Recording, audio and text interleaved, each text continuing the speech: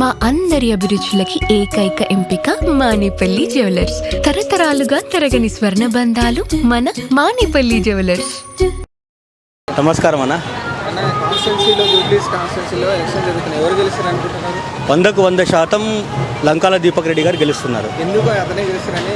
ఎందుకు అని అంటే 10 సంవత్సరాలు ఇంతకుముందు ఉన్న ఎమ్మెల్యే టీఆర్ఎస్ ఎమ్మెల్యే గారు అభివృద్ధి పనులు ఏవి చేయలే.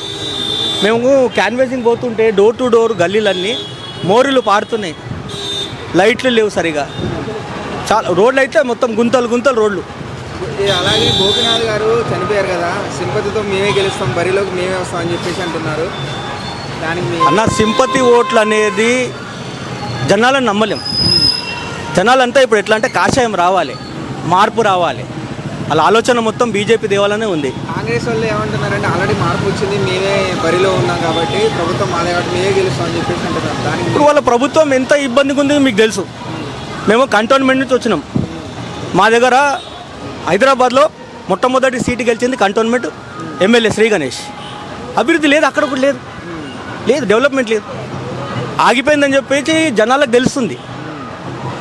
మొత్తం ట్విన్ సిటీస్లో డెవలప్మెంట్ లేదనేది జనాలకు తెలుస్తుంది. వీళ్ళ పరిపాలనలో వీళ్ళకు అవగాహన లేదు. వీళ్ళు అవగాహన వచ్చేలోపు ప్రభుత్వం పోయేటట్టుంది.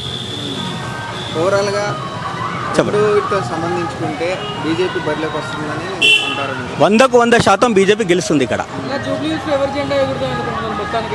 బీజేపీ జెండా లంకాల దీపక్ రెడ్డి గారు భారీ మెజార్టీతో గెలుస్తారు.